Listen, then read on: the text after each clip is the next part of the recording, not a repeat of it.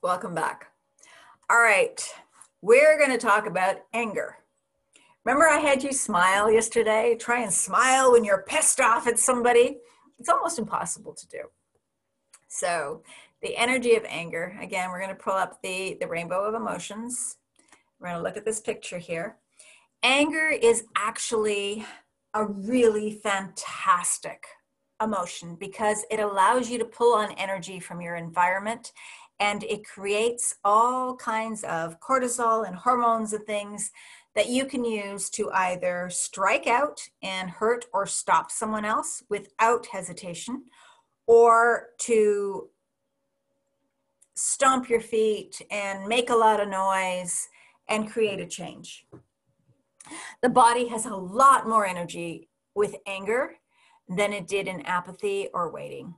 In fact, it has more energy in anger than it does in fear. The body is not as contracted. You're actually putting so much breath and fire through your body. So on the other side of anger can be passion. Okay, one can fuel the other. Passion goes up the energetic scale here into the purple. Anger can take you down into the black pit. Okay, if you're angry all the time, it's because you haven't dealt with some emotions and things that are in there that need to be cleaned out.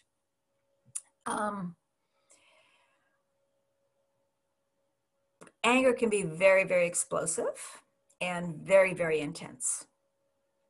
And the mind is still cluttered, but focused on this noisy, stubborn, and possibly obsessive energy. Now, when we turn anger inwards, we get depressed. So in our society, it's not always healthy or possible to express our anger at someone at work or something like that. And that's when we turn it inwards and we destroy ourselves. Anger can also lead to the energy of rage or revenge. So revenge is better than fear, but anger is taking revenge and going up the scale. Anger can happen when you're disappointed with someone. Anger is quite often frightening to us. To a child who is angry and frustrated, we call these temper tantrums, but really all of this energy is surging through this child's body and they don't know what to do with it. It kind of takes over like a roller coaster. And when it frightens us, we damp it down. We bring it down into fear and we hold on to it and we constrict it and we make it tiny and we actually hurt ourselves. How do I rephrase this? It seems in the history of the human race on this earth, the energy of anger has been used to control and manipulate others, to enslave others, to physically hurt others, and to dominate them. They used anger in an oppressive way that was like a machine gun mowing people down. My mother had a lot of energy, and she was one of the angriest people I've ever known. And when she would yell at me, I felt shredded. My entire body, my being, my emotions felt annihilated and trampled on and destroyed. And it took me a lot of years to even admit that I could be angry about something, because both my parents would poke each other with their anger. It was a ridiculous situation when I look back as an adult at how they behaved with each other. And I swore I would never be angry. But I would get angry and I would stuff it in to my neck and my shoulders and pretend I wasn't angry. And I put a smile on my face, a real smile. So I was a happy, angry person. Okay.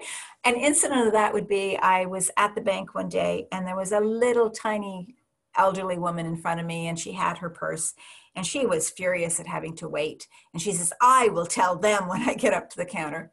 And she waddled up to the counter and literally her head, her eyes barely came up over the countertop. And she said to the teller, "My, you're very busy today, aren't you?" And I thought, oh, that is so Canadian. That is just, she's so nice. And the nice but she wasn't feeling that. She was turning it inwards. A saint was once asked, "What is anger?" And the reply that really hit me was, "It is a punishment we give ourselves for someone else's error or mistake." So allow yourself to express anger, to use anger, to give you the energy to move forward, to run, to jump, to make change. Anger vibrates at 150 megahertz. So it's better than any of the other emotions we've covered so far. Anger is not bad.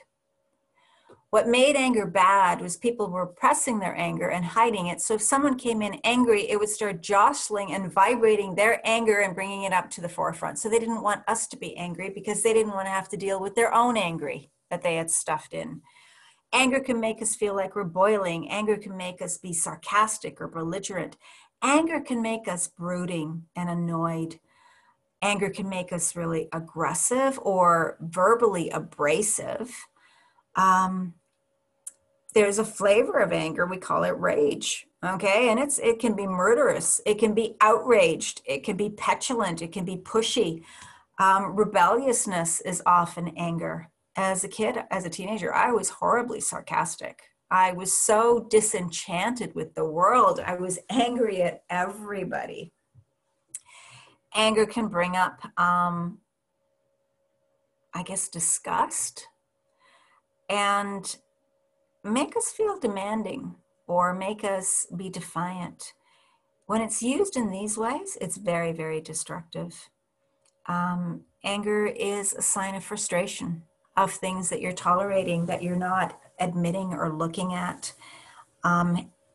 Anger can be a form of hatred. And again, that takes us down the scale as opposed to up the scale. Righteous indignation can be a form of anger as well, but that's going up the scale, believe it or not, into pride, 175. Anger can be very, very sticky energy. Jealousy can be anger. Indignance and impatience can be anger. Hostility, or we use words like mad, or mean, or livid. What other emotions are here? Resentment is a big one. Being rude. Okay, if somebody's being rude, they're angry. They don't even know they're angry. They're just sparking out this anger all over the place, like sizzling or simmering, or what's the word I want? Smoldering. Okay, or stewing. Okay, anger is one of these things you can see when somebody's at a boil, and they will boil up and spew all over you like steam coming out of their ears, and it's nothing that you did. So when somebody is angry and being angry in your direction, look at it as a window to their world. Don't take it personally.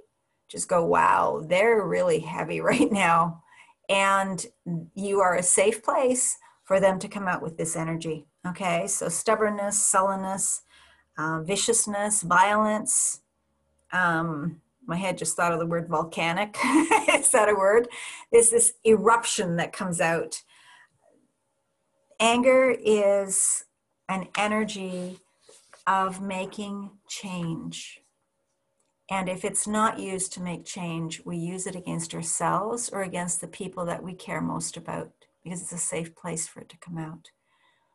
So let's start looking at anger and not tolerating it and not getting upset when someone else is angry. Just noticing that the energy frequency is at 150 megahertz. And then we need to ask the body more questions on how we can let that go, or how we can use it as fuel, or what it is that needs to be taken care of and changed and transmuted so that we can go on with our life in a positive way.